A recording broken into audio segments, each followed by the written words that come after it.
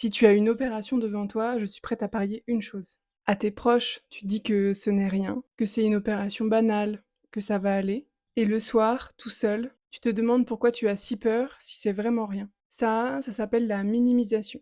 Et je ne vais pas t'en parler comme d'un trait de caractère. Je vais te montrer concrètement ce que ça fait dans ton corps et dans ton cerveau. Parce qu'il y a des études scientifiques là-dessus et qu'elles sont très claires. Si tu ne me connais pas encore, je m'appelle Suzanne, je fais de la prépa mentale et émotionnelle avant des chirurgies lourdes ou des traitements ou des épreuves médicales lourdes. J'ai moi-même vécu une opération dans ma propre chair il y a des années. Donc je ne te parle pas depuis la théorie, mais depuis l'expérience. Je me souviens assez précisément des moments juste avant l'opération, les semaines avant, où ma mère notamment me demandait souvent comment est-ce que j'allais. Et moi je répondais tout le temps: ça va, t'inquiète, ça va, t'inquiète. À ce moment-là, c'était dans la journée, je me disais: ok, c'est une opération comme il y en a plein, les chirurgiens ont l'habitude de faire ça, les équipes médicales aussi, je suis pas la première. Et puis après ce type d'interaction dans la journée, c'est plutôt quand je me retrouvais seule dans mon lit par exemple, le soir, que la réalité commençait à changer à l'intérieur de moi.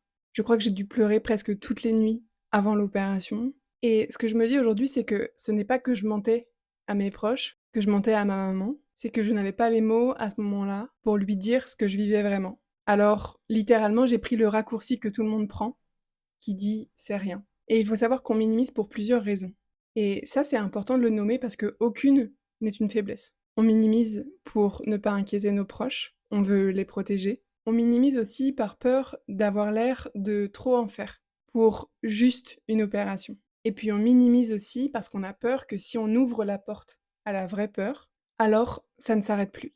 Donc on ferme la porte. On sourit et au-dedans, ça continue de tourner. Voilà ce qui est intéressant, c'est qu'en psychologie, ce mécanisme, il a un nom très précis. Ça s'appelle la suppression excessive. C'est le fait de retenir volontairement l'expression d'une émotion qu'on ressent vraiment. Et il y a pas mal d'études à ce sujet. Une des plus marquantes a suivi des personnes pendant 12 ans, et elle a montré un lien entre le fait de systématiquement réprimer, supprimer ses émotions, et un risque de mortalité plus élevé, notamment lié à certaines maladies graves. Cette étude, elle fait partie d'un courant de recherche en psychologie de la santé qui relie la suppression émotionnelle chronique à un risque accru de maladies somatiques. Et j'ai aussi trouvé une autre étude, plus récente celle-ci, qui a regardé bien spécifiquement les personnes qui vivent avec une maladie ou une épreuve physique chronique. Et elle a montré que la suppression émotionnelle, elle est associée de façon très significative à un moins bon niveau de bien-être général. Et que cet effet-là, il est particulièrement marqué chez les personnes confrontées à une condition de santé difficile. Et ce que je voulais dire aussi, c'est qu'il y a un coût bien plus immédiat, presque physique. Des chercheurs ont fait l'expérience d'observer des personnes qui interagissent avec quelqu'un qui est en train de supprimer ses émotions, et les participants eux-mêmes ressentaient plus de stress. C'était mesuré par une vraie augmentation de la tension artérielle. Donc par exemple, quand ils étaient face à quelqu'un qui supprimait, réprimait ce qu'ils ressentaient, leur niveau de stress augmentait comparé à se retrouver devant quelqu'un qui formulait ou nommait son émotion naturellement. Donc même ta minimisation, celle que tu fais pour protéger tes proches, elle a un coût des deux côtés. Pour toi, mais aussi pour eux, ceux qui sont autour de toi, qui sentent, sans savoir vraiment nommer, que quelque chose ne colle pas. Et maintenant, la bonne nouvelle, parce qu'il y en a une et elle est très concrète. C'est un neuroscientifique, Matthew Lieberman. Pas besoin de retenir son nom forcément, mais par contre, ce qu'il a trouvé va t'intéresser. Lui, ce qu'il a fait, c'est une expérience en imagerie cérébrale.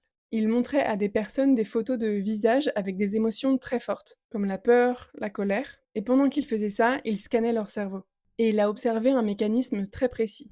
Quand les personnes mettaient un mot sur les émotions qu'elles voyaient, donc littéralement juste la nommer, l'activité de l'amygdale diminuait. L'amygdale, pour faire simple, c'est un peu l'alarme incendie de ton cerveau. C'est elle qui s'allume quand il y a une menace, réelle ou perçue. Et c'est elle qui te met en mode panique. Et quand l'amygdale se calme, c'est le cortex préfrontal qui prend la main. Le cortex préfrontal, c'est vraiment la partie de ton cerveau qui réfléchit, qui raisonne, qui prend du recul. Donc littéralement, nommer ta peur précisément, pas juste j'ai peur, mais j'ai peur de me réveiller changé, ou j'ai peur de ne pas pouvoir gérer la douleur, ça fait baisser l'alarme dans ton cerveau. Et surtout, ça redonne de la place à une partie de toi qui peut se préparer, s'organiser et avancer. C'est pas du tout un truc de développement personnel vague, c'est mesurable en IRM. Bien sûr, l'effet ne fait pas disparaître la peur, mais il en réduit l'intensité, pas le contraire. Tu ne nommes pas ta peur pour qu'elle s'évapore, tu nommes ta peur pour qu'elle arrête de te diriger en silence. Alors qu'est-ce que ça veut dire pour toi concrètement qu'il y a une opération dans quelques semaines? Ça ne veut pas dire annoncer à tout ton entourage ô combien tu es terrifié. Ça, ce n'est pas le sujet. Ça veut dire te donner à toi un espace où tu nommes vraiment ce que tu ressens. Pas j'ai peur, mais précisément. Peur de quoi? De la douleur, de l'anesthésie, de ne pas être le même après, de craquer le jour J devant tout le monde. Chacune de ces peurs, une fois nommée, devient quelque chose que l'on peut travailler. Parce qu'une peur qui reste floue, qui reste innommée, elle, tu ne peux rien en faire. Elle reste juste là, en fond, à consommer ton énergie. Et c'est exactement pour ça que les sportifs de haut niveau, avant une épreuve, une compétition, ils ne se mentent pas en se disant ça va aller tout seul. Non, ils nomment précisément ce qui va se passer. Et ils se préparent pour ça. Et c'est ça, la vraie préparation mentale. C'est pas l'évitement, c'est la précision, le détail. Une chose à rappeler, tu n'as pas besoin de minimiser pour être fort, pour être forte. Nommer la peur précisément et avancer quand même, c'est ça, ta vraie force. Pas l'absence de peur, mais la capacité à regarder en face ce qui te paralyse. Si cette vidéo te parle, j'ai créé un outil que je t'offre pour faire exactement ça. Mettre des mots précis sur ce que tu vis avant ton opération, étape par étape. Ça s'appelle le plan anti-angoisse et tu trouveras le lien pour le télécharger juste en dessous. Et si tu veux aller plus loin et te sentir accompagné, te préparer vraiment, comme un athlète se prépare à son épreuve, j'accompagne à ça aussi, donc tu trouveras aussi en description les informations par rapport à ça. Prends soin de toi, à très vite, bye bye.